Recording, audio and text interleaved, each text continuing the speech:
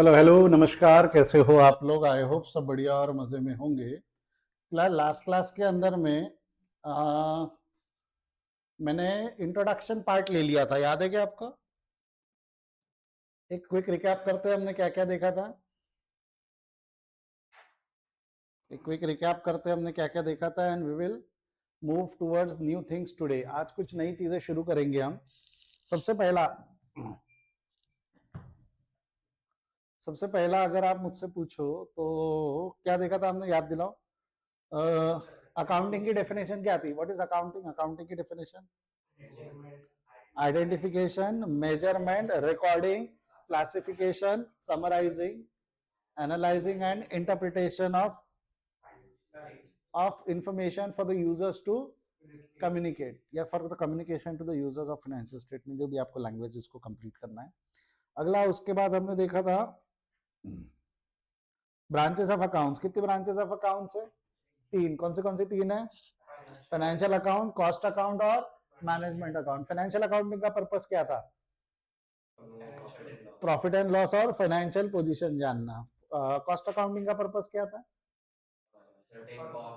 Cost ascertain करना और budget बनाना और अप्लाई कंट्रोल। और management accounting decision making. Management accounting का मेन पर्पस है डिसीजन मेकिंग। वो बाकी वेरियस एनालिसिस रिपोर्ट सिर्फ वो जबरदस्ती डाला हुआ पॉइंट है। मेजर तो पर्पस क्या है उसका? Forecast and decision making. Then इसके बाद हमने देखा था तीन अच्छे इंपॉर्टेंट टर्म्स देखे थे हमने। सबसे पहला व्हाट इज कॉस्ट? जो फाइनेंशियल अकाउंट्स में एक्सपेंस है वो यहाँ पर क्या है? कॉस्ट। तो डेफिनेशन क्या है? Expense incurred to produce any goods और प्रोवाइड एनी सर्विसेज। कॉस्टिंग का मतलब क्या था? Ascertainment of cost. और कॉस्ट अकाउंटिंग का मतलब रिकॉर्डिंग ऑफ द कॉस्ट। हमारा सब्जेक्ट कौन सा है? कॉस्टिंग है कि कॉस्ट अकाउंटिंग है? सिर्फ वो एक चैप्टर की वजह से। कौन सा चैप्टर? बुक कीपिंग की वजह से। याद आया क्या? देन उसके बाद हमने देखा था असर्टेनमेंट हो गया। देन कॉस्ट ऑब्जेक्ट लिखा हुआ है, the object of which the cost to be ascertained. Then cost object के बाद cost unit,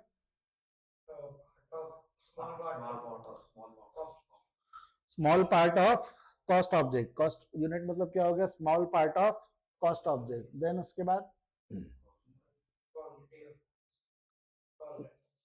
quantity, quantity of cost unit बोल रहा हूँ। क्वांटिटी ऑफ कॉस्ट यूनिट वो क्या हो गया हमारा? Cost object. Quantity of cost unit will be cost object. Clear है यहाँ तक? क्वांटिटी कितनी यूज हुई है उसमें वो है नहीं, वो क्वांटिटी इज कॉस्ट ड्राइवर्स ना। और cost unit small part which is use. ठीक है, जो भी है। तो ये सब अभी तक हमने देखा था, ये सब अभी तक हमने देखा था। We are going to move further, आगे बढ़ेंगे हम। आज का जो टॉपिक है वो है क्लासिफिकेशन ऑफ कॉस्ट। लिखो हेडिंग। आपको मॉड्यूल्स मिल गए क्या सीएमए के कि नहीं मिले अभी तक? मॉड्यूल नहीं मिले आपको अभी तक? कब तक आ जाते हैं वो मॉड्यूल आपके? इशू करवाने के लिए कुछ भेजना पड़ता है वगैरह, ये सब देखा है क्या आपने? कुछ आइडिया है आपको इशू करवाने का? हाँ, अच्छा, रजिस्ट्रेशन करके हो गया ना? तो आपके तरफ से आपने सारा माजरा करके रख लिया है ना? हम्म।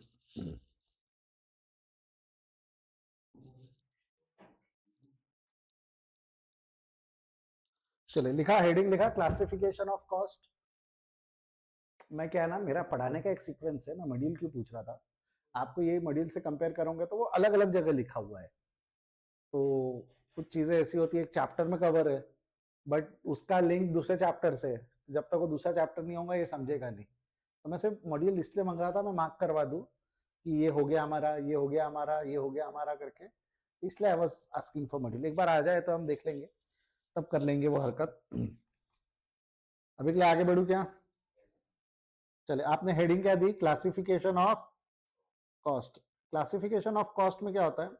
अभी जब मैं क्लासिफिकेशन बताऊंगा तो मोटा मोटी मैं 6 क्लासिफिकेशन पढ़ाने वाला हूँ आपको। कितने क्लासिफिकेशन पढ़ाने वाला हूँ? 6 क्लासिफिकेशन पढ़ेंगे।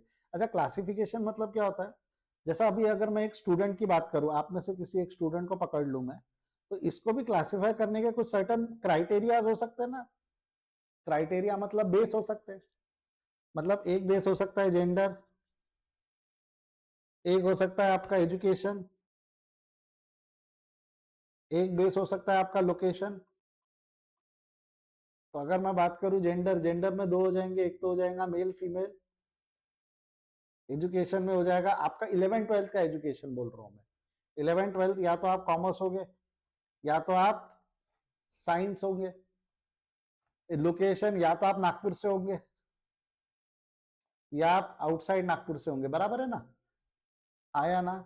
अच्छा, इवन अगर मैं एजुकेशन की बात करूं तो आपके तीन हो सकते हैं, commerce, science, arts. Even gender में भी एक ट्रांसजेंडर हम डाल सकते हैं। तो इट इज नॉट कि दो ही रहेंगे, दो से ज्यादा भी हो सकते हैं ना, आया ना। तो इसको बोला जाता है सर्टन बेसिस। कितने बेसिस है इसके, कितने बेसिस पे एक स्टूडेंट को क्लासिफाई कर रहा हूं मैं, तीन। जैसे अगर मैं साहिल की बात करूं, gender male, commerce, science, arts, क्या था रे बेटा तेरा बचपन में, कहाँ रहना है तेरा, नागपुर, आउटसाइड नागपुर, नागपुर से है। ताहिर की बात करें, gender male, commerce, Nagpur, outside Nagpur, सब नागपुर के ही हो तुम, है ना। तो बेसिकली वो दिख रहा है कि तीनों टिक एक जगह आ गए। जैसा अगर आप मेरी बात करोगे तो gender male, commerce background, I am from outside Nagpur. तो मैं कहीं ना, हर कोई कहीं ना कहीं क्लासीफाई हुआ ना, हर स्टूडेंट कहीं ना कहीं क्लासीफाई हुआ, बोलो हाँ या ना। हर स्टूडेंट कहीं ना कहीं क्लासीफाई हुआ। तो बेसिकली तीन बेस बनाए मैंने। कितने तीन बेस बनाए, एक जेंडर हो गया, एक एजुकेशन हो गया, एक लोकेशन हो गया। उसी तरीके से आपके सिलेबस में जो क्लासिफिकेशन के बेसिस है वो 6 है। कितने बेसिस पढ़ाने वाला हूं मैं, 6 के बच्चे निकलेंगे, 6 के एलिमेंट्स निकलेंगे। जैसा हमारा जेंडर एक बेस था, उसके 2 एलिमेंट क्या थे, मेल फीमेल। एजुकेशन एक बेस था, उसके 3 एलिमेंट थे। कौन से 3 एलिमेंट थे, कॉमर्स, साइंस एंड आर्ट। तो ऐसा हम 6 बेस पढ़ने वाले। कितने बेस पढ़ने वाले वापस बोलो, 6। तो 6 बेस के क्लासिफिकेशन है। इफ यू आस्क मी, मेरे हिसाब से 3 ही इंपॉर्टेंट है। If you ask me sir बताओ ये 6 पढ़ा तो रहे, इंपॉर्टेंट कितने हैं, 3। टू सम एक्सटेंट चौथा वाला, टू सम एक्सटेंट चौथा वाला। 2 तो बहुत फालतू है। 2 में से एक तो मैं अभी पढ़ाऊंगा भी नहीं, सिलेबस कंप्लीट होने के बाद पढ़ाऊंगा, क्योंकि उसमें इतने 18 आइटम है। कितने आइटम है, वो 18 आइटम, एक एक मीनिंग समझाने जाऊंगा। वो एक एक मीनिंग, एक एक चैप्टर है अपने, एक एक जो टर्म है वो चैप्टर में यूज होने वाला है। तो वो पढ़ाओ, चैप्टर पढ़ाओ, एक ही बात है। चैप्टर पढ़ने के बाद जब आप पढ़ोगे तो समझेगा हाँ ये बोल रहा है, ये इसका मीनिंग। जरा जरा सा डेफिनेशन में फर्क होता है। वो जरा जरा सा फर्क बहुत जरा जरा सा होता है, वो बहुत ज्यादा ज्यादा सा होता है। वो मजे ले लेगा वो जबरदस्ती, अभी समझाऊंगा तो अभी सिर्फ हम, मैं बोला ना पढ़ाते वक्त बहुत बार होगा ऐसा कि हाँ ये वाला बचा है अभी नहीं पढ़ा पाया, क्यों, क्योंकि इसका कनेक्शन कहीं और से भी लगने वाला है, इसका कनेक्शन कहीं और से भी लगने वाला है। इस तरीके से कुछ चीजें एक साथ कवर नहीं हो पाती। वो क्लियर है क्या यहाँ तक, एक बार हाँ ना बोल मेरे भाई। बढ़ू मैं आगे यहाँ से। देखिए क्लासिफिकेशन में सबसे पहला बेस जो हम देखने वाले हैं वो है on the basis of nature और एलिमेंट बोलते हैं इसको। कहीं है क्या आपके पास ये कि मॉड्यूल वॉड्यूल पढ़ के आए हो आज। अच्छा ये फाउंडेशन में था क्या ये सब, बढ़ाओ क्या, थोड़ी स्पीड बढ़ाओ क्या, बढ़ा दू स्पीड हल्की सी। मेरे को ऐसा लगता है एक बार मैंने आपका फाउंडेशन का बुक खोल के देख लेना चाहिए। On the basis of nature and element, तो फिर आप जवाब भी दो कौन से on the nature of element. जो कॉस्ट होती है, कॉस्ट को क्लासिफाई करने के कितने बेसिस है, कितने एलिमेंट्स है यहाँ पे, 3 है। कौन से मटेरियल, लेबर और मटेरियल, लेबर और एक्सपेंस। नहीं, डायरेक्ट एक्सपेंस नहीं है। 3 एलिमेंट कौन से है, मटेरियल, लेबर और एक्सपेंस। याद आया, अब मैंने कल बोला था यहाँ पे एक्सपेंस का मीनिंग कुछ और है, कॉस्ट का मीनिंग क्या है हमारा, कॉस्ट का मीनिंग क्या है, expense as per financial accounting. और यहाँ पे एक्सपेंस का मीनिंग क्या है, जो मटेरियल और लेबर नहीं है। एक्सपेंस का मीनिंग क्या है, जो मटेरियल, लेबर। और एक्सपेंस का मतलब क्या हो गया, यहाँ एक्सपेंस का मतलब क्या हो गया, जो मटेरियल और लेबर नहीं है। एक्सपेंस का मतलब क्या हो गया, जो मटेरियल और लेबर नहीं है। ये समझाया तो एक बार हाँ बोलेंगे, आया ना। इसको इन्होंने फर्दर 2 हेड्स में क्लासिफाई किया हुआ है। इसको फर्दर कितने हेड्स में क्लासिफाई किया हुआ है, 2। बताओ तो कौन से 2 हेड्स है, डायरेक्ट और इनडायरेक्ट। डायरेक्ट और इनडायरेक्ट। यहाँ भी डायरेक्ट और, मतलब टोटल कितने बेस हो गए हमारे, टोटल कितने क्लासिफिकेशन हो गए, 6। Direct material, indirect material, direct labour, direct expense, indirect expense. तो डायरेक्ट का मतलब क्या है, कोई बताएगा क्या डायरेक्ट का मतलब, और इनडायरेक्ट डायरेक्टली प्रोडक्ट पे नहीं लगता है। डायरेक्ट जो रेंट रेंट इलेक्ट्रिसिटी डायरेक्ट है, इनडायरेक्ट है? डायरेक्ट जो हमें दिख रहा है प्रोडक्ट के आगे खर्चा लगा हो, हाँ उसे रैप कर वो दिख रहा है, ठीक है, टू सम एक्सटेंट दिख रहा है, इज करेक्ट। फाउंडेशन कौन पढ़ा है, कॉस्टिंग कौन पढ़ा है आपको? सेल्फ से ही किया क्या? इधर क्लास में नहीं थे क्या फाउंडेशन में? ध्यान इतने अच्छे से ध्यान नहीं दिया। नहीं, but who was the teacher foundation में? शिक्षा मैम। अच्छा, शिक्षा। तो डायरेक्ट का मतलब क्या होता है, सुनो बच्चा, ये फर्नीचर को देख, ये टेबल को देख, तेरे सामने टेबल है ना, टेबल में क्या क्या लगा हुआ है, मटेरियल बोल, क्या क्या लगा हुआ है? प्लाई और माइका और प्लास्टिक कहाँ लगा है उसमें, आयरन लगा है, और कपड़ा जोड़ दो, वो रिकॉर्डिंग में कपड़ा समझेगा नहीं लोगों को, क्लॉथ बोलूंगे तो है लगा हुआ, आपको दिख रहा है, उन्होंने ऐसा बेंच देखा नहीं होगा तो उनको समझना दिक्कत जाएगा, क्लास का नॉर्मल बेंच है वो, ठीक है। और नट लगे, हाँ क्या बोला तूने, नट लगे, और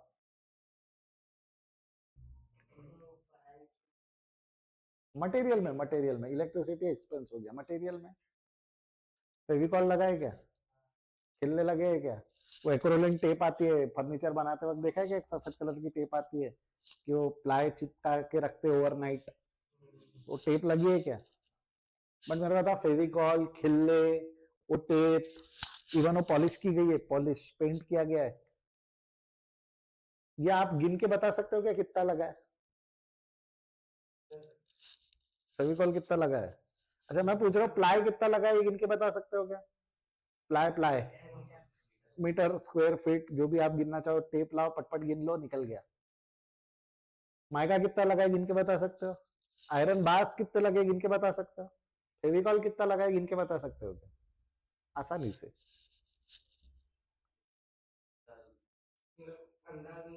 अंदाजन से, क्या बोला इसने, अंदाजन से, एग्जैक्ट बता पाओगे कि अंदाजे से बता पाओगे? अंदाजे से, जहां अंदाजा आ गया ना, वो इनडायरेक्ट है, वो इनडायरेक्ट है। मतलब यहां पे डायरेक्ट का मतलब होता है which is easily traceable to final product. क्या बोला, वापस बोलो, which is easily traceable to final product. और इनडायरेक्ट का मतलब क्या हो गया, इनडायरेक्ट का मतलब क्या हो गया, एस्टिमेट बोलने की जगह ऐसा बोल दो, which is not easily traceable to final product. Which is not easily traceable मतलब it might require some degree of estimation. अंदाजे से मैं बता सकता हूँ सर कितना है, आप क्या बोल रहे थे, मैं अंदाजे से बता सकता हूँ कितना है सर, कितना लगा है नहीं मालूम, अंदाजा तो लगा सकता हूँ मैं।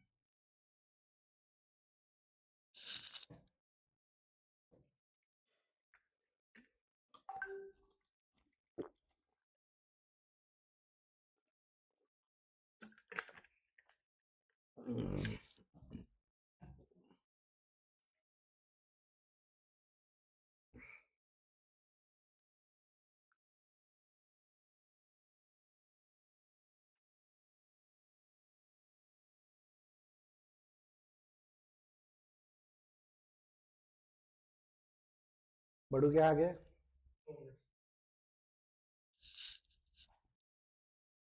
साहिल ने मेरे साथ ही लिख दिया था, है ना, नालायक।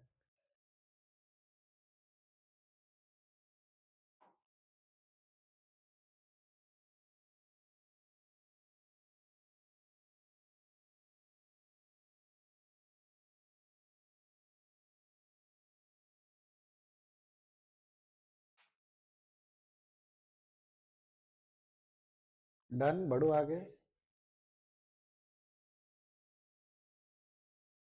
ये हो गया on the basis of nature and element. अगला क्या है बोलो फिर, ऑन द बेसिस ऑफ, नहीं बिहेवियर के पहले एक और है, फंक्शन कॉस्ट बोलते हैं उसको, फंक्शनैलिटी बोलो, फंक्शन कॉस्ट बोलो, on the basis of function. क्या हो गया हमारा अगला, on the basis of function. Function की अगर हम बात करें तो होता क्या, जरा ध्यान देना, जरा ध्यान देना, ये फैक्ट्री है हमारी, इसमें मस्त धुआं हुआ निकल रहा है, काम वाम हो रहा है बाकायदा, है ना, फैक्ट्री में काम करना है आपको, फर्नीचर ही बनाना है आपको, उसकी अपने पास फैक्ट्री है, फिर धुएं की जरूरत नहीं है, ठीक है। काम करना है फैक्ट्री में, फर्नीचर है, क्या करेंगे सबसे पहले, क्या लगेगा आपको काम करने के लिए? लेबर के पहले? जमीन। जमीन के पहले? जमीन तो किराए पे भी मिल जाएंगी। हाँ पैसे, सबसे पहले क्या लगेगा? पैसे। हाँ फिर पैसे के बाद? अरे बाबा मैं बता रहा हूँ, सबसे पहले मटेरियल लगेगा। हम्म, अच्छा एक चीज रहेगी पिछले इसमें, एक चीज रहेगी, 2 मिनट यहाँ जगह है ना बेटा, यहाँ जितने भी ये इनडायरेक्ट होते हैं ना, ये जितने भी इनडायरेक्ट आइटम होते हैं, इन सबको मिलाकर एक नाम होता है, इन सबको मिलाकर बोला जाता है ओवरहेड्स। इन सबको मिलाकर क्या बोला जाता है? ओवरहेड। मतलब ओवरहेड जब मैं बोलता हूँ तो उसमें क्या कवर होता है? ओवरहेड जब मैं बोलता हूँ उसमें क्या कवर होता है? इनडायरेक्ट मटेरियल भी कवर होता है, इनडायरेक्ट लेबर भी कवर होता है, इनडायरेक्ट एक्सपेंस भी कवर होता है। कुछ एग्जांपल ले लूं क्या? पहले कुछ एग्जांपल ले लेते ना इसके ओरली, फटाफट फटाफट। वो फर्नीचर को घूर, वो फर्नीचर में क्या लगा हुआ है? Ply, mica, iron. ये क्या है? मटेरियल है। कौन सा मटेरियल है ये? डायरेक्ट मटेरियल है, इनडायरेक्ट मटेरियल है? डायरेक्ट मटेरियल है। कौन सा मटेरियल है वो? डायरेक्ट। अच्छा उसमें लगा हुआ फेविकॉल, खिल्ले, एक्रोलिन टेप, ये इजीली ट्रेसेबल है क्या फाइनल प्रोडक्ट में? नहीं, वो क्या हो गया? इनडायरेक्ट। वो क्या हो गया? इनडायरेक्ट मटेरियल हो गया। लेबर में कारपेंटर ने इसमें काम किया होगा, कारपेंटर की मेहनत दिख के आ रही कि नहीं आ रही है? आ रही है। कौन सा प्रोडक्ट हो गया? डायरेक्ट या इनडायरेक्ट? डायरेक्ट। डायरेक्ट लेबर हो गया ना। बट वो जो लोडिंग अनलोडिंग किया वो भी तो लेबर है ना, जिसने लोडिंग अनलोडिंग किया उसको भी हमने पैसा दिया। लोडिंग अनलोडिंग जो किया वो इजीली ट्रेसेबल है क्या? कहाँ बना, कितने माले पे बना, क्या बना, जब तक वो नहीं पता रहेगा तब तक मैं लोडिंग अनलोडिंग निकाल नहीं पाऊंगा। तो वो क्या हुआ? डायरेक्ट या इनडायरेक्ट? इनडायरेक्ट। अच्छा रेंट जहां बना वहां वो जगह का रेंट, इलेक्ट्रिसिटी, वो सब क्या हो गया? इन नहीं। मेरे को बता, ये बेंच को देख के बता कितना रेंट लगाऊंगा इसको बनाने के लिए? बेंच को देख के बता कितना इलेक्ट्रिसिटी लगाऊंगा, देख के बता सकता है क्या? इजीली तो नहीं बता पाएंगा। तो वो रेंट, इलेक्ट्रिसिटी डायरेक्ट हुआ कि इनडायरेक्ट हुआ? बट हमने एक आर्किटेक्ट रखा था, उसने डिजाइन बना के दिया था हमको कि बेंच कैसा होना चाहिए, क्या होना चाहिए। उसको हमने पैसे दिए, उसकी मेहनत दिख के आ रही है ना। वो डायरेक्ट है कि इनडायरेक्ट है? डिजाइनर को जो पैसे दिए वो डायरेक्ट है ना। अच्छा जैसा मैं क्लासेस की बात करूं, ज्ञान एजुकेशन में जो हम क्लासेस ले रहे हैं, इसकी अगर मैं बात करूं आपको, तो ये जो क्लासेस क्लासेस ले रहे हैं इसमें जैसा मैं जो स्टडी मटेरियल आपको दूंगा, स्टडी मटेरियल जो मैं आपको दूंगा वो डायरेक्ट कॉस्ट है, इनडायरेक्ट कॉस्ट है? डायरेक्ट। अच्छा कॉस्ट ऑब्जेक्ट क्या है? कॉस्ट ऑब्जेक्ट क्या है? Tuition fees. कॉस्ट ऑब्जेक्ट क्या है? Tuition fees. उसमें लगने वाला क्या क्या है? मटेरियल लगेगा, जो यूनिट है, छोटे छोटे यूनिट मटेरियल है, टीचर का मेहनत है, बेंच का डिप्रिसिएशन है, यही सब लग रहा होगा ना। क्लासरूम का रेंट, इलेक्ट्रिसिटी, ये सब खर्चे लग रहे हैं ना आपके सर्विस देने के लिए। तो मैंने जो आपको स्टडी मटेरियल प्रिंट करके देना है वो ट्रेसेबल है क्या? कि भैया 12,000 रुपए की फीस है, 2,000 रुपए का स्टडी मटेरियल है, 2,000 रुपए स्टडी मटेरियल के फाइनल प्रोडक्ट पे ट्रेसेबल है कि नहीं है? तो स्टडी मटेरियल क्या हुआ? Direct, indirect? डायरेक्ट। बट वो जो काउंटर पे जो हमारा रिसेप्शन है वहां पे प्रिंटर रखा है और वहां पर भी पेजेस रखे हुए हैं, रिसिप्ट प्रिंट करके देते हैं, बैच का शेड्यूल प्रिंट करके देते हैं, वो वाला जो प्रिंटिंग पेपर है वो डायरेक्ट हुआ कि इनडायरेक्ट हुआ? वो आपकी बैच पे ट्रेस हो सकता है क्या? कि बंडल में से 20 पेज आपको लगे, 18 पेज इनको लगे, कि वो कैसे भी लगते, वो इजीली ट्रेसेबल है क्या? तो वो स्टडी मटेरियल, वो जो प्रिंटिंग पेपर रखा हुआ है काउंटर पे, वो डायरेक्ट हुआ कि इनडायरेक्ट हुआ? इनडायरेक्ट हुआ। वो क्या हुआ? मेरे को दिया हुआ पगार, लेबर, मैं तो लेबर हो गया ना। कॉस्टिंग की भाषा में टीचर भी यहाँ क्या हो गया? लेबर ही हो गया बेसिकली। अरे हाँ या ना, एम्प्लॉय नहीं रहता, लेबर बोलते ना यहाँ पे बेसिकली। तो ये क्या हो गया? मेरे को दिया हुआ पैसा डायरेक्ट लेबर है, इनडायरेक्ट लेबर है? डायरेक्ट।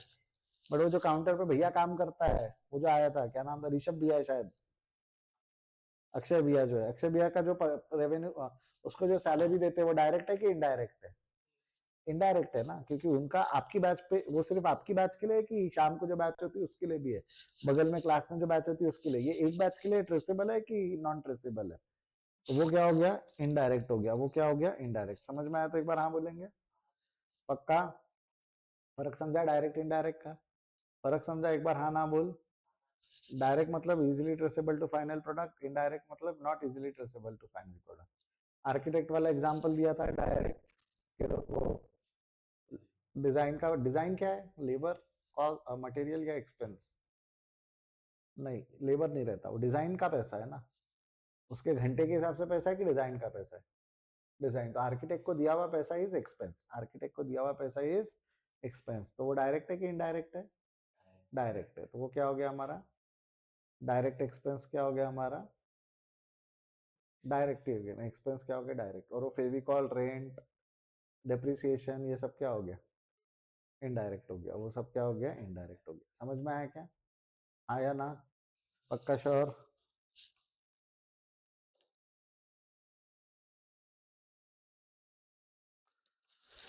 चलिए, अब मैं आपको बोल रहा था on the basis of function. Factory में सबसे पहले आपको लगेगा मटेरियल। मटेरियल कौन सा वाला लगेगा? डायरेक्ट मटेरियल लगेगा, डायरेक्ट लेबर लगेगा और डायरेक्ट एक्सपेंस लगेगा। ये तीन मिलाकर आपका फैक्ट्री का काम चालू होता है। ये जो तीनों मिलाकर काम चालू होता है इसको क्या बोला जाता है? Prime cost. मैं लिखता हूं यहाँ पे, जब आप फैक्ट्री चालू करोगे तो सबसे पहले आपको लगेगा direct material, direct labour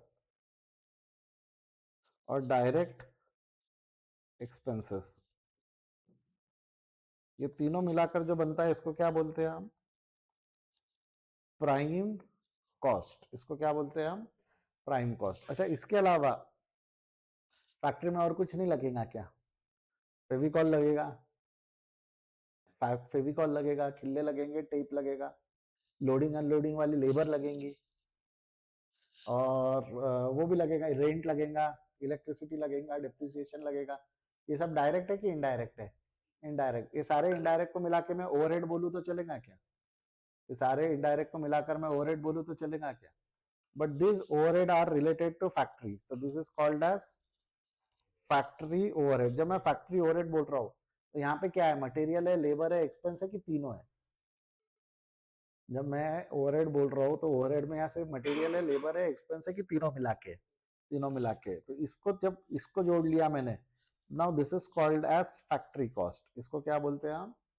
factory cost. इसको क्या बोलते हैं हम? Factory cost. क्लियर है यहाँ तक? क्या क्या जोड़ा हमने, क्या क्या जोड़ा इसके अंदर में हमने? अगर मैं बोलूँ सर फैक्ट्री कॉस्ट की डेफिनेशन क्या है, तो फैक्ट्री कॉस्ट की डेफिनेशन क्या है? summation of all overhead costs, ना indirect ना overhead, indirect ना ना, थोड़ा सही है बट थोड़ा गलत है। addition of prime cost with indirect, but indirect में कौन सी वाली? हाँ, तो इसका फॉर्मूला क्या है फैक्ट्री कॉस्ट का? Prime cost plus factory overhead. या दूसरा फॉर्मूला क्या बन सकता है? Direct material plus direct labour plus direct expense plus factory overhead is factory cost. वापस बोल, क्या बोला? What do you mean by factory cost? Direct material, direct labour, direct expense and factory overhead, ये चार मिलाकर बनता है फैक्ट्री कॉस्ट। दूसरा फॉर्मूला हो सकता है prime cost plus factory overhead. Clear है क्या यहाँ तक? आया ना?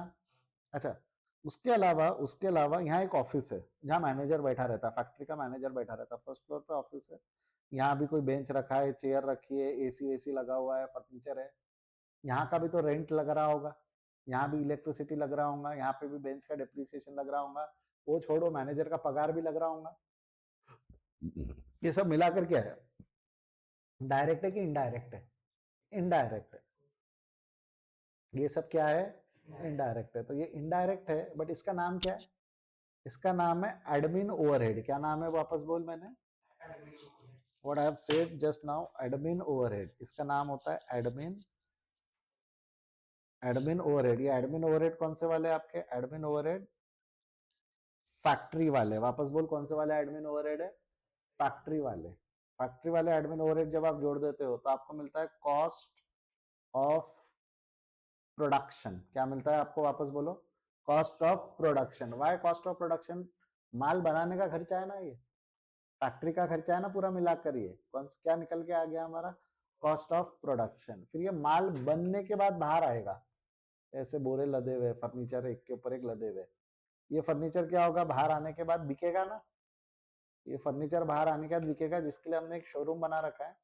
वहां पर भी कुछ स्टाफ होगा, वहां का भी रेंट लगेगा, वहां का भी इलेक्ट्रिसिटी लगेगा। तो ये सब क्या हुआ? अगेन डायरेक्ट एक्सपेंस की इनडायरेक्ट है? इनडायरेक्ट। इनडायरेक्ट मटेरियल भी लगेगा, प्रिंटिंग स्टेशनरी वहां भी लगने वाली, लेबर भी लगेगा, एक्सपेंस भी लगेगा। तो वो सारा मिलाकर उसको बोला जाता है, again that is called as admin overhead only. But वो एडमिन ओवरहेड कहाँ के रहते हैं? हमारे ऑफिस के रहते हैं, शोरूम नहीं। क्या बोल लेंगे यहाँ? ऑफिस। और साथ साथ में कुछ खर्चा बेचने के लिए भी लगेगा, बैनर लगा लगा के एडवर्टाइज करेंगे, हजरात हजरात हजरात बोल के इंस्टाग्राम फेसबुक पे मार्केटिंग करेंगे। तो ये सब जो हो गया, ये बुला बुला कर माल बेचना है ना, तो ये क्या हो गया हमारा सेलिंग ओवरहेड, क्या बोलते हैं हम इसको, rather selling and distribution overhead बोलेंगे। तो सेलिंग एंड डिस्ट्रीब्यूशन ओवरहेड मिला है, तो ये क्या बन गया हमारा कॉस्ट ऑफ सेल, क्या बोलते हैं इसको हम, कॉस्ट ऑफ सेल। तो there are this 4 types of function cost. बोलो तो फंक्शन कॉस्ट कितनी प्रकार की होती है, 4। बोलो पटपट, कौन सी है, prime cost, factory cost, cost of production, cost of sale. वापस बोलो, prime cost, factory cost, cost of production, cost of sale. ये 4 कौन सी कॉस्ट हो गई, फंक्शन। जिसमें अगर मैं पूछूं फैक्ट्री कॉस्ट, प्राइम कॉस्ट मतलब क्या, तो जवाब क्या होगा, direct material, direct labour, direct expenses, prime cost, together they are called as prime cost. Factory cost, prime cost plus factory overhead is called as factory cost. अच्छा एक disclaimer दे दूं, इसके कुछ और नाम भी है। मेरे को पर्सनली फैक्ट्री कॉस्ट बोलना ज्यादा अच्छा लगता है। इसका नाम है वर्क कॉस्ट, मैन्युफैक्चरिंग कॉस्ट, ऐसे 2 नाम और यूज होते हैं। मेजरली वर्क कॉस्ट यूज होता है, क्योंकि वो जो फैक्ट्री ओवरहेड है उसका एक नाम और है वर्क ओवरहेड। फैक्ट्री ओवरहेड का दूसरा नाम क्या है, वर्क ओवरहेड। धीरे धीरे ये सब नाम आगे आएंगे तो घबरा मत जाना।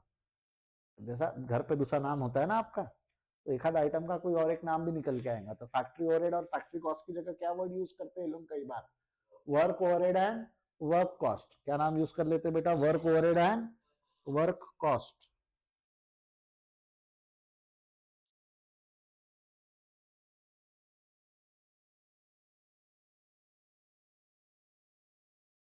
ये देख रहा हूं आपके मॉड्यूल में क्या यूज किया हुआ है उसने।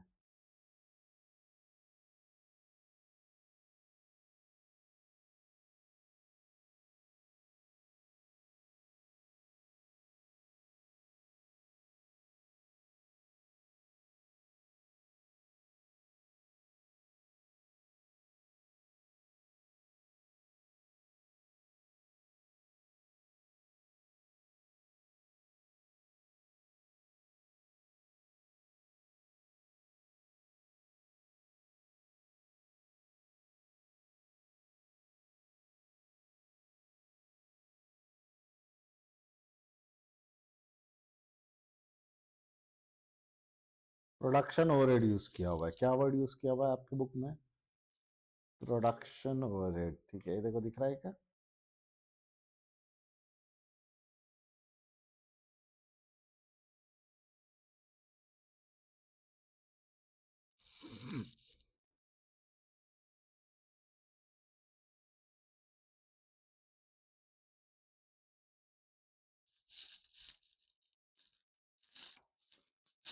Production overhead. ठीक है, उससे अच्छा है फैक्ट्री ओवरहेड यूज करो।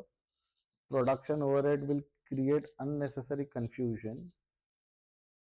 How they have use the word production overhead.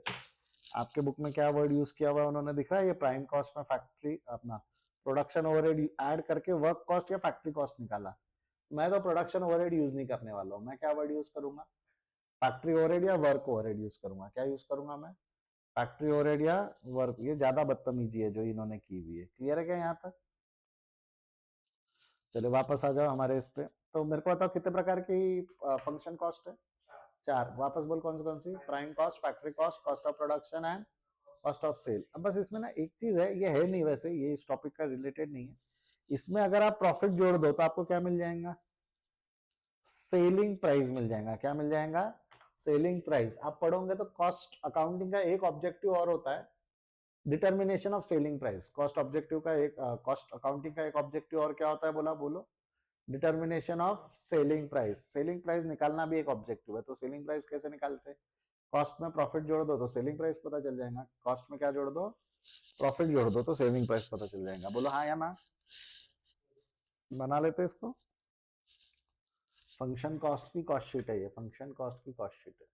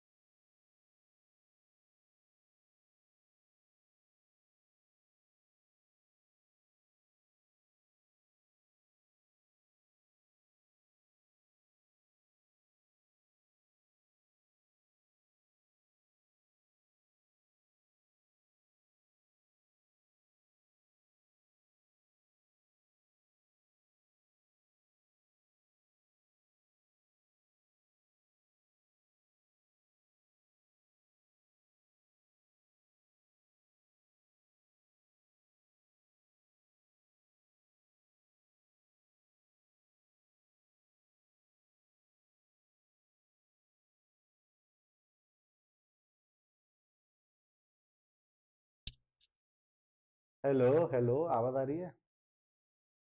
O, mic इसमें अटैच्ड है। अगर मैंने ये बंद की, अब आवाज आ रही है। गड़बड़ है ये। रिकॉर्डिंग में करेंगे, चेंज करवाता हूँ उसको। ठीक है, क्या लिखा हमने? On the basis of behavioural cost. क्या बोला हमने? वापस बोलो। ये बिहेवियरल कॉस्ट है। जब हम बिहेवियरल कॉस्ट की बात करते, काय की बात करते बेटा? Behavioural cost. तो बिहेवियरल कॉस्ट में क्या होगा मैं बताता हूँ। There it is classified under three main categories. कितनी कैटेगरीज में क्लासिफाई होता है? तीन मेन कैटेगरी। तीन मेन कैटेगरीज कौन सी है इसकी? एक है, हाँ, पहला वाला है वेरिएबल कॉस्ट, दूसरा वाला है फिक्स्ड कॉस्ट, और तीसरा वाला क्या है? Semi variable cost. ठीक है, फिक्स कॉस्ट, वेरिएबल कॉस्ट और सेमी वेरिएबल कॉस्ट। ठीक है, ऐसे तीन क्लासिफिकेशन है इसके मेजर। कितने क्लासिफिकेशन है? तीन। अब मेरे को बताओ वेरिएबल कॉस्ट मतलब क्या है? वेरिएबल कॉस्ट चेंज होते रहता। बोलो ना, डेफिनेशन बोलो। क्या बाद में मैं बोलूंगा देखो आपने गलत बोले या ये चीज नहीं बोले, इसलिए मैं मौका पूरा दे रहा हूँ। एक गलती करते हैं, आज तक मेरे को कोई नहीं मिला जिसने वो गलती नहीं किया, इसलिए मैं समय यानी मौका यानी टाइम दे रहा हूँ आपको। 2 मिनट सोचो, मैं 1 मिनट में आया बाहर से, सोचो आप।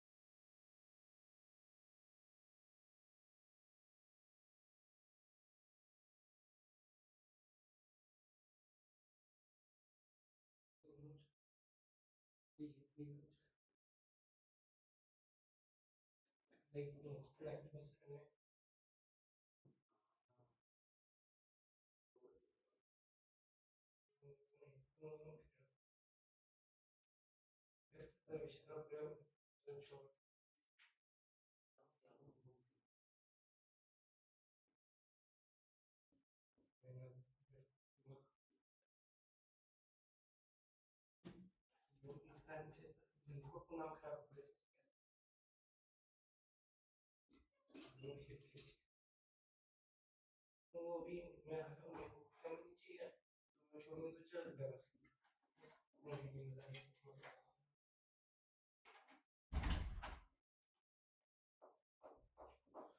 हाँ, हुआ क्या? सोचा क्या, क्या है बोलो? वेरिएबल कॉस्ट मतलब आउटपुट के साथ चेंज होता है वो वेरिएबल कॉस्ट है, जो आउटपुट के साथ चेंज नहीं होता वो फिक्स कॉस्ट है। और कुछ? आउटपुट के साथ इंक्रीज मतलब के जितना आउटपुट इंक्रीज होगा और जितना इंक्रीज होगा ये भी इंक्रीज होगा। चेंज का मतलब वही है, यानी सेम डायरेक्शन में चेंज होगा ना। अगर आउटपुट बढ़ा तो कॉस्ट भी बढ़ा। नहीं, चलो मैं बताता हूँ। और कुछ, और कुछ बाद में बदलना नहीं अपनी बात। आप जो बोलना चाह रहे हो ये बोल रहे हो आप, जो सही भी है, बट फिर भी मेरे को पसंद नहीं है ये आंसर। कारण बताता हूँ मैं। मान के चलते अगर हम स्टूडेंट्स की बात करें, स्टूडेंट्स को मैं यूनिट ले लेता हूँ। हमारे क्लास में कुछ 100 स्टूडेंट है और मेरे को 1000 रुपए पर नोट्स का खर्चा आता है। कितने रुपए का खर्चा आता है? 1000 रुपए नोट्स का खर्चा आता है। तो जो मेरा टोटल कॉस्ट होगा वो कितना हो जाएगा? 1 लाख हो जाएगा। 100 इंटू 1000, हाँ या ना? 100 इंटू 1000 किया तो 1 लाख आ जाएगा। 200 बच्चे हो गए तो 200 बच्चे हो गए तो 2 लाख का खर्चा हो जाएगा। 300 बच्चे हो गए तो, हाँ या ना बोल? अच्छा, वही 400 बच्चे हो गए तो कितना खर्चा हो जाएगा? 4 लाख। और वहीं अगर मैं फिक्स कॉस्ट बोलूं तो फिक्स कॉस्ट का मतलब आप क्या बोलोगे? फिक्स कॉस्ट का मतलब क्या बोलोगे? आप बोल रहे हो ये वेरिएबल कॉस्ट है, ठीक है। तो अगर फिक्स कॉस्ट बोलूं तो आप क्या बोलोगे definition? Which does not changes with the level of output. क्या हुआ, वापस बोला?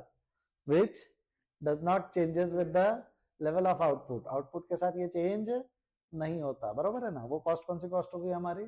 Fix cost. वो कॉस्ट कौन सी कॉस्ट हो गई? फिक्स। जैसा अगेन सेम, ये वाली फिक्स कॉस्ट हो सकती है ये वाली कॉस्ट भी फिक्स कॉस्ट हो सकती है ना। 2 मिनट सुन। सेम एग्जांपल लेते, 100 बच्चे, ये क्लासरूम का रेंट मेरे को 60,000 रुपए लगता है। अज्यूमिंग 100 बच्चे आ जाते हैं इसमें। ये क्लासरूम का रेंट कितना लगता है? 60,000। 200 बच्चे आए मैं बिठा सकता हूँ ये क्लास में, तब भी रेंट कितना लगेगा? 60,000। 300 आए तब भी रेंट कितना लगेगा? 60,000। 400 आए तब भी कितना लगेगा रेंट? 60,000। तो आपको क्या बोलना है सर? ये पहला वाला कॉस्ट वेरिएबल कॉस्ट है, दूसरा वाला कॉस्ट फिक्स कॉस्ट है, बराबर है। Variable cost changes with the level of output. Output बढ़ा, वेरिएबल कॉस्ट बढ़ी। आउटपुट बढ़ा, कॉस्ट नहीं बढ़ी, तो वो कॉस्ट कौन सी कॉस्ट हो गई? Fix cost. बोलो हाँ या ना? कहना तो यही चाहते हो आप, कहना तो यही चाहते हो। अब मैं बताऊं क्या एक्चुअल डेफिनेशन क्या है। एक्चुअल डेफिनेशन क्या है? Variable cost changes with the level of output नहीं है। इसका डेफिनेशन है total variable cost changes with level of output. Sir हम भी तो यही बोल रहे थे। नहीं, कीवर्ड है ये। क्या मिस कर रहे थे आप? Variable cost changes with the level of output कि total variable cost changes with the level of output? Total variable cost. क्या वर्ड बोलना चाहिए था? वाईफाई कनेक्शन प्लीज वेट बोलेंगे। माइक था शायद, ये माइक नहीं, क्या था हमारा? कैमरा। क्लियर है यहां तक? वेरिएबल कॉस्ट का मतलब क्या हो गया? Total variable cost changes with the level of output. और वहीं फिक्स कॉस्ट का मतलब क्या होता है? Total fix cost does not changes with level of output. Sir can you please explain? हाँ मैं बताता हूं ना। मेरे को एक चीज बता, यहाँ पर यूनिट निकाल सकते हैं क्या अपन? पर यूनिट कॉस्ट कितनी आएंगी? 1 लाख डिवाइडेड बाय कर, तो 1 लाख डिवाइडेड बाय 100 कितना होगा? 1 lakh divided by 100।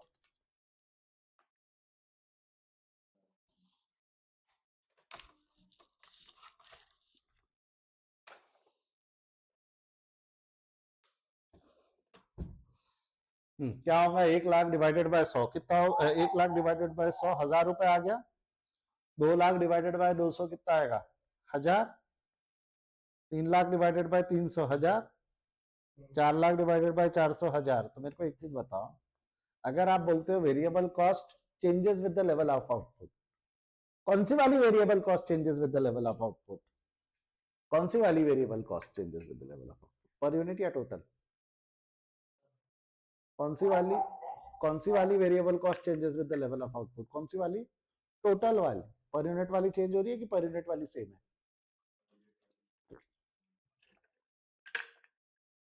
Per unit change नहीं हुई, पर यूनिट सेम है। मतलब मैं वेरिएबल कॉस्ट की डेफिनेशन क्या बोलूंगा? पहला point total variable cost changes with the level of output, और दूसरा क्या होगा? Per unit variable cost does not changes with level of output. Per unit change हो रही है कि टोटल चेंज हो रही है? पर यूनिट तो सेम है ना। सेम फिक्स कॉस्ट में, फिक्स कॉस्ट में क्या चेंज हो रही है? फिक्स कॉस्ट में क्या चेंज हो रही है? टोटल। पर यूनिट निकाल के देखते को समझेगा। 10,000 60,000 divided by 100, 600। 60,000 divided by 200, 60,000 divided by 300, 60,000 divided by 400, 150। तो यहाँ क्या हो गया? कौन सी वाली चेंज नहीं हुई? टोटल कॉस्ट चेंज नहीं हुई। और कौन सी वाली? फिक्स कॉस्ट चेंज हुई। Per unit variable, per unit fix cost change हुई ना? अरे बाबा हाँ या ना बोल। तो सिर्फ चेंज होता नहीं होता ये याद रखना पड़ेगा कि क्या चेंज होता नहीं होता ये याद रखना पड़ेगा। अच्छा मैं आपको बोलूं, being communication point of view, variable cost को कम्युनिकेट करना है तो सबसे सही तरीका कम्युनिकेशन का क्या है? टोटल वेरिएबल कॉस्ट है इतनी बताना कि पर यूनिट वेरिएबल कॉस्ट इतनी है बताना? सोच के देख, अगर मैं टोटल वेरिएबल कॉस्ट 2 लाख बोलूंगा कि मेरी टोटल वेरिएबल कॉस्ट 2 लाख है, तो उसके साथ मेरे को क्या बोलना पड़ेगा? कि 2 लाख 200 स्टूडेंट की कॉस्ट है। क्या बोलना पड़ेगा? मेरी टोटल वेरिएबल कॉस्ट 2 लाख है, तो 2 लाख कितने बच्चों की? 200 की। और वहीं अगर मैं बोलूं मेरी वेरिएबल कॉस्ट पर यूनिट 1000 है, तो मैटर खत्म। तो ज्यादा अच्छा वे ऑफ कम्युनिकेशन क्या है? टोटल में कम्युनिकेट करना कि पर यूनिट में कम्युनिकेट करना? और फिक्स कॉस्ट को कम्युनिकेट करने का ज्यादा अच्छा यूनिट ऑफ मेजरमेंट क्या है? टोटल या पर यूनिट? फिक्स कॉस्ट को कम्युनिकेट करना, मैं बोलूंगा मेरा फिक्स कॉस्ट 60,000 है, टोटल 60,000 है, कि मैं बोलूंगा मेरा पर यूनिट 600 है। पर यूनिट 600 है तो मेरे को बताना पड़ेगा ना कि नंबर ऑफ यूनिट कितने हैं उसमें, अदरवाइज गलत होगा ना वो। तो मैं वापस पूछ रहा हूँ, वेरिएबल कॉस्ट को कम्युनिकेट करने का सही यूनिट ऑफ मेजरमेंट क्या है? टोटल या पर यूनिट? Per unit. और फिक्स कॉस्ट को कम्युनिकेट करने का सही यूनिट ऑफ मेजरमेंट क्या है? टोटल। अपनी पेपर में क्या होने वाला है? उल्टा। वो वेरिएबल कॉस्ट काय में देगा? टोटल में। फिक्स कॉस्ट काय में देगा? पर यूनिट में। कन्वर्ट करना पड़ेगा, कैसे होगा क्या होगा वो सब सिखाऊंगा मैं आपको, बट समझ में आया क्या अभी यहाँ क्या हुआ? और वापस पूछ रहा हूँ, वेरिएबल कॉस्ट का मतलब क्या है? Total variable cost changes with the level of output. और फिक्स कॉस्ट का मतलब क्या है? Total fix cost does not change. Word क्या रहेगा? सिर्फ फिक्स कॉस्ट वेरिएबल कॉस्ट की टोटल भी बोलना पड़ेगा। और उसका एक और फीचर है, वेरिएबल कॉस्ट क्या, वेरिएबल कॉस्ट चेंज होती है बट क्या चेंज नहीं होती वेरिएबल कॉस्ट में? वेरिएबल कॉस्ट में क्या चेंज नहीं होती? Per unit. फिक्स कॉस्ट में क्या चेंज होता है? टोटल। क्या चेंज, सॉरी क्या चेंज नहीं होता है? पर हाँ, फिक्स कॉस्ट में क्या चेंज नहीं होता है? टोटल। और क्या चेंज होता है? तो यहां लिख दू, per unit fix cost changes with level of output. जमता है यहां तक? इनका ग्राफिकल रिप्रेजेंटेशन भी है, दिखा देता हूं हल्का सा ग्राफिकल रिप्रेजेंटेशन कैसा होता है। यहाँ ये लोग आउटपुट को डालते, यहाँ पे ये लोग कॉस्ट को डालते। अगर मेरा आउटपुट 0 है तो वेरिएबल कॉस्ट 0 रहेगा ना। जैसा आउटपुट बढ़ते गया 100, 200, 300, वेरिएबल कॉस्ट भी बढ़ते जाएगा ना। अरे हाँ या ना? तो ये वेरिएबल कॉस्ट का ग्राफ हो गया। काय का ग्राफ हो गया? Variable cost. जब जब आउटपुट बढ़ेगा तब तब वेरिएबल कॉस्ट बढ़ेगा। फिक्स कॉस्ट में सेम, अगर मैंने यहाँ आउटपुट डाला और यहाँ कॉस्ट डाला तो आउटपुट 100, 200, 300 बढ़ते गया, तो फिक्स कॉस्ट बढ़ेगा कि फिक्स कॉस्ट सेम रहेगा? ये जो हो गया, ये काय का ग्राफ हो गया हमारा? फिक्स कॉस्ट का। काय का ग्राफ हो गया? फिक्स कॉस्ट का। समझ में आया तो एक बार हाँ बोलेंगे। एक और कॉस्ट होती है सेमी वेरिएबल कॉस्ट। कौन सी कॉस्ट होती है? सेमी। कुछ एग्जांपल दूंगे सेमी वेरिएबल कॉस्ट के, क्या एग्जांपल हो सकते हैं?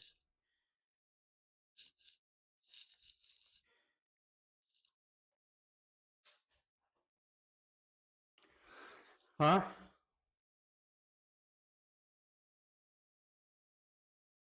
साहिल, जैसा मैं अगर बोलूँ तो मेरा मोबाइल बिल जो है ना, मेरा मोबाइल बिल, मेरे को हर महीने का मोबाइल बिल आता है, कुछ अलग अलग अमाउंट पे आता है। मेरा प्लान कैसा है मैं बताऊँ क्या? 299 पे 299 पे मेरे को कुछ 20 GB का डेटा मिल जाता है, 100 SMS मिल जाते, 1000 मिनट्स के कॉल मिल जाते। मेरे को कितना कॉल मिल जाते? 1000 मिनट्स के कॉल मिल जाते। बट इसके बाद अगर मैं यूज करूंगा तो कुछ 10 पैसा पर MBPS मेरे को इंटरनेट का चार्ज लगता है, 1 रुपए पर SMS लगता है, 60 पैसा पर मिनट का कॉल रेट लगता है। मेरा बिल मान लो अगर 450 आया, मेरा बिल इस महीने का 450 आया, इसका मतलब क्या हुआ? ऊपर के जितने वो यानी ये जो 299 है ये तो मेरा फिक्स कॉस्ट है, और जो ऊपर का पैसा लगा कितना लगा? 151, ये मेरा वेरिएबल कॉस्ट हो गया। सॉरी उल्टा लिख दिया। ये जो 299 है ये मेरा कौन सा कॉस्ट हो गया? Fix cost. और ये कौन सा कॉस्ट हो गया? वेरिएबल। तो ये जो 450 है इसको बोला जाता है सेमी वेरिएबल कॉस्ट। क्या बोला जाता है? Semi variable cost. मतलब semi variable cost is the combination of, क्या बोल रहा हूँ वापस बोल, क्या बोला? It is a combination of fix cost and variable cost. Combination होता है, फिक्स कॉस्ट और वेरिएबल कॉस्ट का कॉम्बिनेशन होता है। वो कॉस्ट को कौन सी कॉस्ट बोलते हैं हम? Semi variable cost. कौन सी कॉस्ट बोलते हैं हम? Semi variable. बट इसके साथ एक लफड़ा और है, जैसा एग्जांपल के तौर पे, जैसा अगर मैंने आपको यहाँ बोला था कि मेरी वेरिएबल कॉस्ट 100 यूनिट पे 1 लाख थी, मैंने यहाँ क्या बोला था आपको? 100 यूनिट पे मेरी वेरिएबल कॉस्ट कितनी थी? 1 लाख। तो 200 यूनिट पे कितनी, आप बता सकते हो ना? 100 पे 1 है तो 200 पे कितनी, बता सकते हैं ना? क्रॉस मल्टीप्लीकेशन करके बता सकते थे, या पर यूनिट 1000 रुपए पता है तो 200 इंटू 1000 करके 2 लाख बता सकते हैं ना? अभी जैसा ट्राई करो, 450 पे कितनी बता सकते हो क्या? कितनी आएंगी? 4,50,000। जैसा यहाँ बोलू 450 पे फिक्स कॉस्ट कितनी, तो बता सकते हो क्या? 60,000 ही रहेंगे ना? सेमी वेरिएबल में प्रॉब्लम आती है। सेमी वेरिएबल में अगर मैं बोलूँ कि मेरे यूनिट में 100 यूनिट के ऊपर में मेरी लेट्स से जो टोटल कॉस्ट है 1 लाख है, तो 200 यूनिट पे कितनी, ये बता पाओगे क्या? वहीं अगर मैं आपको बोलूं मेरी वेरिएबल कॉस्ट है 100 यूनिट पे 40,000 है, तो 200 यूनिट पे कितनी, बता पाओगे क्या? कितनी आएंगी 200 यूनिट पे? 80,000 आएंगी ना? It will change in the proportion. आप चाहो तो क्रॉस मल्टीप्लीकेशन से निकाल लो, या पर यूनिट कॉस्ट निकाल लो। पर यूनिट 400 आता है, 400 इंटू 200 आगे ना 80,000। अरे हाँ बोल, पक्का? तो semi variable same fix cost 100 unit पे 30,000 है, तो 400 यूनिट पे फिक्स कॉस्ट कितनी होगी? 30,000। सब 100 पे 30 है, 100 यूनिट पे 30,000 है, तो 400 यूनिट पे भी 30,000 ही रहेंगे ना? कौन सी cost? Fix cost. But semi variable में कर सकते हो क्या? 100 यूनिट पे 1 लाख है तो 200 पे कितना, ये बता पाओगे क्या?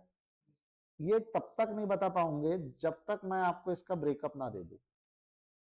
मतलब मैं आपको बोल रहा हूँ कि 60,000 फिक्स कॉस्ट है, 60,000 क्या है? फिक्स कॉस्ट, और 40,000 वेरिएबल कॉस्ट है। क्या बोला? वापस बोलो। 60,000 फिक्स कॉस्ट है और 40,000 वेरिएबल कॉस्ट है। अब बताओ 200 यूनिट पे कॉस्ट कितनी? क्या बोला? वापस बोलो।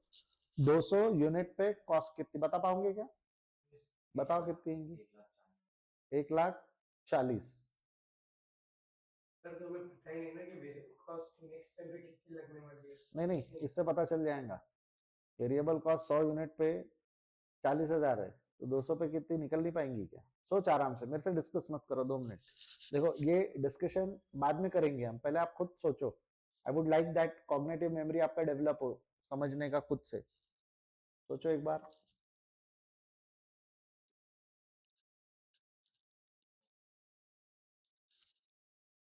सोचने दे बाकी होगी।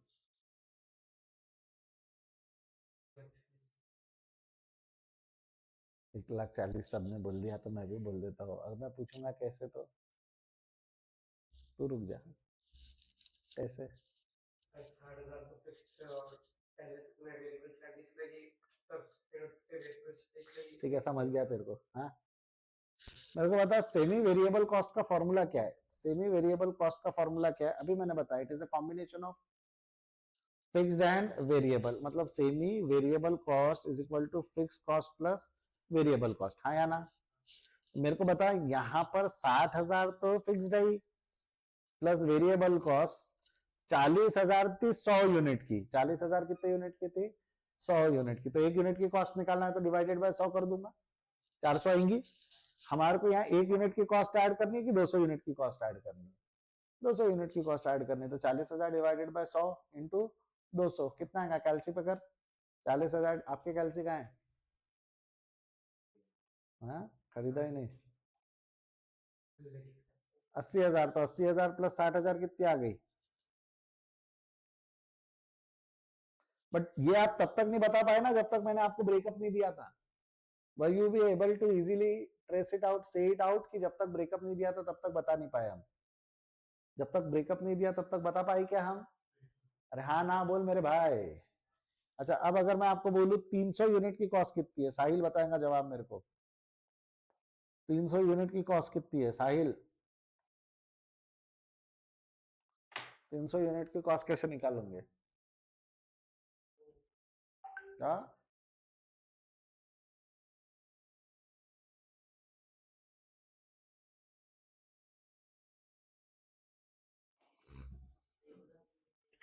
नहीं, कुछ छोड़ रहा है तू। 1,80,000, 1,20,000 क्या गलत था उसमें? उसमें सिर्फ तूने वेरिएबल का एलिमेंट लिया था। कौन सा एलिमेंट नहीं लिया था तूने? फिक्स्ड का। फॉर्मूला है fix cost plus 40,000 divided by 100 पर यूनिट कॉस्ट इनटू 300। ये जो ब्रैकेट वाला है इसका टोटल 1,20 आता है, 60 जोड़ना उसमें। टोटल कॉस्ट कितनी आ जाएंगी? 1,80,000। अब आपने फॉर्मूला क्रैक कर लिया होगा, 40,000 ऐड कर लो करके। अब मैं गंदा फिगर दूंगा, 325 का कितना?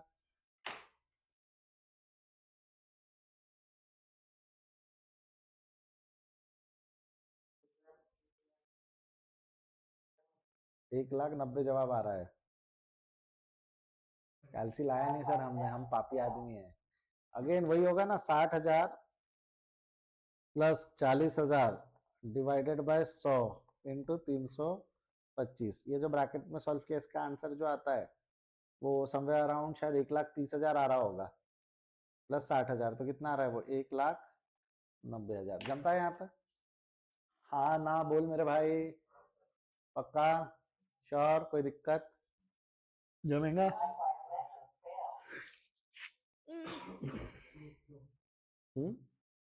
बढ़ो आगे यहाँ से। नेक्स्ट क्या है इसके बाद में? लिख लो, ये लिख लो। अच्छा, तो इसको मैं ऐसा बोलूं। अच्छा एक मिनट सुन सुन, और एक फीचर और दिखाता हूं मैं तुमको। है थोड़ा मजा ले एक फीचर का। ये मिटाओ, मैं यहाँ से ये सब मिटा रहा हूँ मैं। यार रहने दो, रहने दो। मैं कुछ बोलने वाला हूँ, प्लीज अच्छे बच्चों की तरह ध्यान से सुनना। अच्छे बच्चों की तरह ध्यान से सुनना, ठीक है? मैं क्या बोल रहा हूँ यहाँ, पर यूनिट कॉस्ट की बात करेंगे हम। की बात करेंगे यहाँ पे? पर यूनिट कॉस्ट की। अगर मैं पर यूनिट कॉस्ट बोलूँ तो कितनी आई यहाँ पे? 1,00,000 डिवाइडेड बाय 100 कितना आ रहा है? 1,000।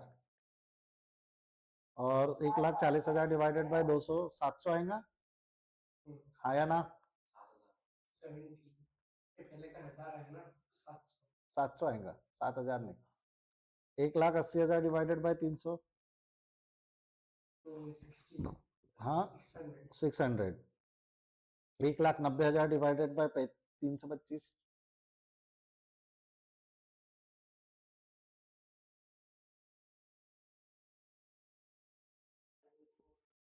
कितना आ रहा है? 5। आपने कुछ नोटिस किया क्या? फिक्स कॉस्ट ना टोटल कॉस्ट सेम है कि टोटल कॉस्ट चेंज होगी? है ना, टोटल कॉस्ट चेंज होगी। और पर यूनिट कॉस्ट सेम है कि पर यूनिट कॉस्ट भी चेंज होगी? यहाँ दोनों चेंज होती है। सेमी वेरिएबल कॉस्ट में क्या होता है? टोटल कॉस्ट भी चेंज होती है और पर यूनिट कॉस्ट भी चेंज होती है। वापस बोलो, यहाँ क्या होता है? टोटल कॉस्ट भी चेंज होती है और पर यूनिट कॉस्ट भी चेंज होती है। Total cost will change with the level of output as well as per unit cost, both changes. Variable cost में क्या चेंज होती थी? टोटल चेंज होती थी। और क्या चेंज नहीं होती थी? Per unit. फिक्स कॉस्ट में क्या चेंज होती थी? Per unit. और क्या चेंज नहीं होती थी? टोटल। दोनों में से एक तो फिक्स थी और एक ही चेंज होती थी ना। यहाँ दोनों चेंज होती है, कुछ भी फिक्स नहीं है यहाँ पे। सेमी वेरिएबल को आइडेंटिफाई करने का तरीका ये होता है। जहाँ पे पर यूनिट कॉस्ट और टोटल कॉस्ट दोनों चेंज होती है, पर यूनिट कॉस्ट और total cost. How to identify, ये क्वेश्चन में आपको दिया हुआ रहा तो बहुत ही बढ़िया, नहीं दिया रहा तो क्या होगा, यहाँ पे टोटल कॉस्ट क्या लिखोगे आप, total cost and per unit cost both changes with level of output। क्या बोलो, आपस बोलो, टोटल कॉस्ट एंड पर unit cost both changes with the level of output. Total cost और पर यूनिट कॉस्ट दोनों चेंज होता है with the level of output. ये समझा क्या, एक बार हाँ या ना बोलना, यहाँ तक कोई दिक्कत नहीं है, बढ़ो आगे यहाँ से। अच्छा 2 मिनट लिखना बाद में, पहले सुन लो ना, पहले सुन लो। इसका ग्राफिकल रिप्रेजेंटेशन अगर मेरे को करना है तो ये क्या हो गया हमारा आउटपुट, ये क्या हो गया हमारा कॉस्ट। अगर मैं जीरो पे रहूंगा तो आपको नहीं लगता एक पर्टिकुलर फिक्स कॉस्ट तब भी लगते रहेगा हमारे को, बट वेरिएबल कॉस्ट तब क्या रहेगा, जीरो। तो वेरिएबल कॉस्ट जीरो से नहीं शुरू होता, वेरिएबल कॉस्ट फिक्स कॉस्ट से शुरू होता है, जहां से फिक्स कॉस्ट चालू होगा। अगर मेरा आउटपुट जीरो है तो क्या ये रहेगा क्या मेरा वेरिएबल कॉस्ट, नहीं ना, यानी ये टोटल कॉस्ट ये नहीं रहेगा ना, ये मेरा फिक्स कॉस्ट है और ये मेरा टोटल कॉस्ट है। ये कौन सा कॉस्ट है, मेरा टोटल कॉस्ट है। और आपको नहीं लगता ये जो इनके बीच का डिफरेंस है, ये डिफरेंस कौन सा कॉस्ट रहेगा, ये डिफरेंस रहेगा मेरा वेरिएबल कॉस्ट। ये डिफरेंस क्या रहेगा मेरा, वेरिएबल कॉस्ट। टोटल कॉस्ट कहां से चालू होगा, टोटल कॉस्ट कभी जीरो हो सकता है क्या सेमी वेरिएबल कॉस्ट में, टोटल कॉस्ट कभी जीरो रहेगा कि फिक्स कॉस्ट का एलिमेंट हमेशा लगेगा, फिक्स कॉस्ट का एलिमेंट है, यानी यूनिट जीरो भी रहे तो भी fix cost will be the minimum cost. वहां से इसलिए टोटल कॉस्ट का ग्राफ चालू होता है। टोटल कॉस्ट का ग्राफ कहां से चालू होता है, फिक्स कॉस्ट से। समझ में आया क्या, जैसा वेरिएबल कॉस्ट का ग्राफ जीरो से चालू हुआ था, यहाँ पे इसका ग्राफ जीरो से चालू हुआ है कि थोड़ा ऊपर से चालू हुआ है, मतलब जैसा जैसा यूनिट बढ़ते जाएगा, जैसा जैसा यूनिट बढ़ते जाएगा, ऑफकोर्स टोटल कॉस्ट बढ़ते जाएगा, जैसा जैसा यूनिट बढ़ते जाएगा क्या बढ़ते जाएगा, टोटल कॉस्ट। बट वो टोटल कॉस्ट शुरू ही जीरो से होगा कि शुरू थोड़ा ऊपर से होगा, थोड़ा ऊपर से होगा, because of the fix cost का एलिमेंट। ये जो है ना, ये फिक्स कॉस्ट का एलिमेंट है, ये क्या का एलिमेंट है, फिक्स कॉस्ट। समझ में आया तो एक बार हाँ बोलेंगे, अब बना लेंगे इसको। और ये जो मैं समझा रहा हूँ, ये सब ग्राफ्स आपके बने हुए हैं यहाँ नोट्स के अंदर में भी, अगर आप आपका मॉड्यूल देखोगे तो ये मॉड्यूल में आपको मिल जाएगा सब। और देख भाई, मेरे आईसीआई अपना CWA भी समझाता है, इन्होंने जो ग्राफ बनाया हुआ है ये काय का ग्राफ है, ये टोटल फिक्स कॉस्ट है ना। और देख कॉस्ट पर यूनिट कम होता है ना, total fix cost per unit कम हो रहा है ना, ये ग्राफ कम हो रहा है ना। अच्छा ये कम क्यों हो रहा है, जरा बता तो मेरे को, ये कम क्यों हो रहा है, फिक्स कॉस्ट पर यूनिट कम होता है ना, ये डायरेक्टली प्रोपोर्शन नहीं है, इनडायरेक्टली है, ये इनवर्स प्रोपोर्शन है। क्यों क्यों कम हो रहा है, इज द सिंपल मैथ, बनिया बनिया बुद्धि। और यूनिट बढ़ते जा रहे हैं तो उसके पर यूनिट कॉस्ट क्यों कम होती है, मेरे को बताओ। अगर मेरे ये क्लास की कैपेसिटी 50 बच्चों की है, 60 बच्चों की है, मैं 60,000 रेंट दे रहा हूँ, तो कायदे से एक बच्चे पे बर्डन रेंट का कितना आना चाहिए, 10,000, 60 बच्चे है तो। बट अगर मान लो मैंने सिर्फ 10 ही बच्चे बिठाए तो एक बच्चे पे बर्डन कितना आ जाएगा, 6,000। 10 बच्चे है तो 6,000, 60 बच्चे है तो 1,000। जैसा जैसा नंबर ऑफ स्टूडेंट बढ़ेगा, बर्डन ऑन वन स्टूडेंट कम होते जाएगा ना, क्योंकि वो वसूलने की ताकत बाकी लोगों से भी बढ़ जाएंगी ना। ये जो मैं बोल रहा हूँ ना, ये ओवरहेड चैप्टर में करेंगे हम। कहाँ पढ़ेंगे ये, ओवरहेड चैप्टर। तब तक पेशेंस रखो, जाने दो, अभी इतना लोड मत लो। रिकवरी आसान होती है उसमें, ज्यादा नंबर रहे तो रिकवरी कम हो जाती है उसमें।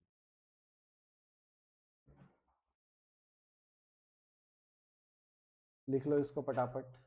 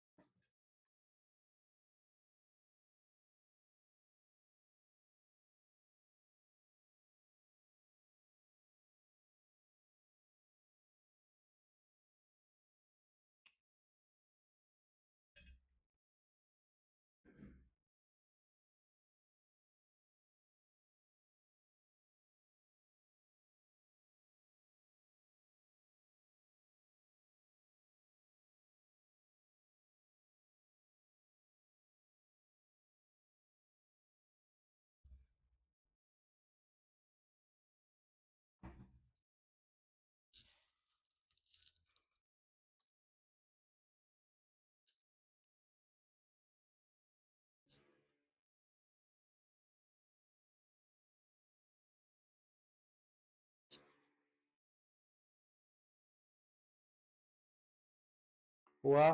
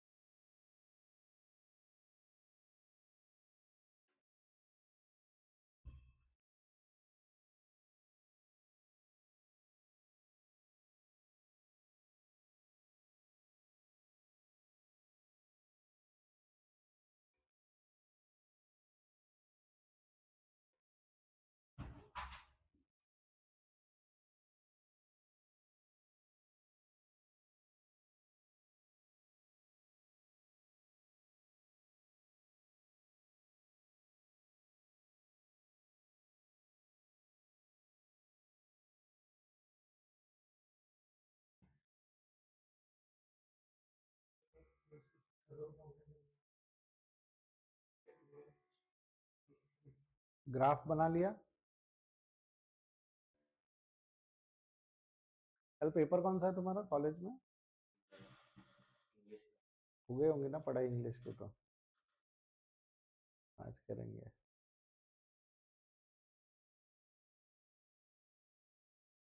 समय चाहिए कि चलने दो?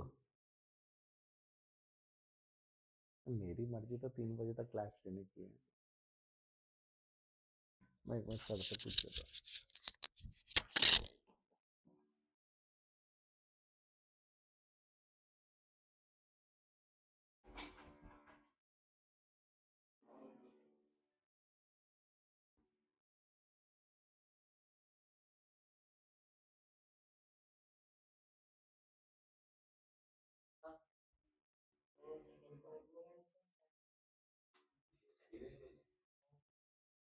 cost and variable cost.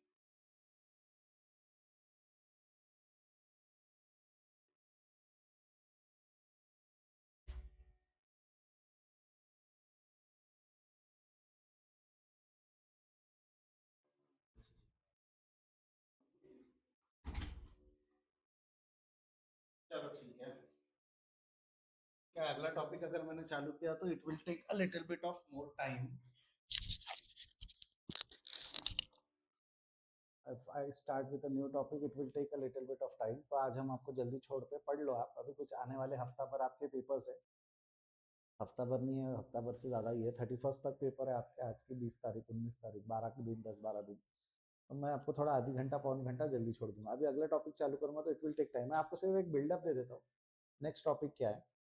Classification के कितने बेसिस पढ़ा है मैंने, एक बार बताओ मेरे को अभी तक? 3। कौन से? पहला वाला नेचर एंड एलिमेंट में कितने थे? कितने बच्चे थे उसके? 3। कौन से?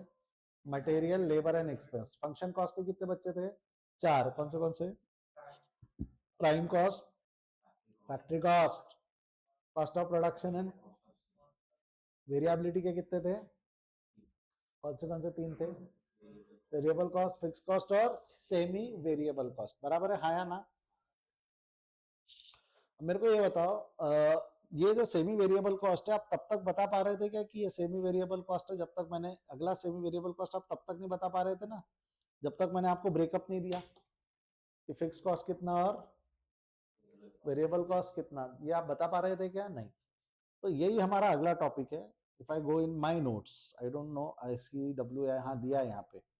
अगला जो टॉपिक है वो हमारा कौन सा टॉपिक है? Segregation of semi variable cost. कौन सा टॉपिक है? वापस बोल। Segregation of semi variable cost. तो segregation of semi variable cost की कुछ मोटा मोटी 5 मेथड्स है। कितनी मेथड्स है बेटा? 5 आप लोगों को 4 ही कवर किया इन्होंने। एक है ग्राफिकल मेथड, एक है हाइलो मेथड, एक है लीनियर इक्वेशन मेथड और एक है लीस्ट स्क्वायर मेथड। तो मैं आपको 5 पढ़ा दूंगा। मैं कितने मेथड पढ़ा दूंगा आपको? 5। How many methods? I will be going to teach you 5 methods. कितने मेथड्स पढ़ा दूंगा मैं आपको? 5 मेथड। तो 5 मेथड्स क्या है मैं आपको कल बताता हूँ। 5 मेथड्स क्या है ये मैं आपको कल बताता हूँ। क्लियर है यहाँ तक? तो जब तक हम सेग्रीगेट नहीं करेंगे तब तक वो हमारे काम का नहीं है। मोटा मोटी कल सेग्रीगेशन कंप्लीट कर लेंगे एंड फिर बचे हुए 2 एलिमेंट बचते हैं हमारे, 2 बेसिस बच, 2 नहीं 3 बेसिस बचते हैं। 6 बेसिस है बोला था मैंने। कितने बेसिस थे? 6। कितने हो गए? 3। अब थोड़ा सा टॉपिक से हम हटेंगे कल के दिन, वो पूरे बेसिस पढ़ेंगे, एक बार वो सेग्रीगेशन पढ़ लेंगे। नेक्स्ट क्लास में फिर ये चैप्टर कंप्लीट कर लेंगे हम। 2 लेक्चर्स में this chapter will get over. Clear है क्या यहाँ तक? आया ना? अच्छा, मॉड्यूल इशू करना पड़ता होगा तो कर लेना, क्योंकि मैं फिर मेरा नोट्स, मॉड्यूल का नोट्स मार्क करवा दूंगा सेम सेम है। यहाँ से पढ़ो, वहाँ से पढ़ो, जैसा भी आप करना चाहो आपके कॉल पे रहेगा वो। ठीक है? We will continue tomorrow. तब तक के लिए बाय बाय, सी यू। ठीक है? कल नहीं, कल डे आफ्टर।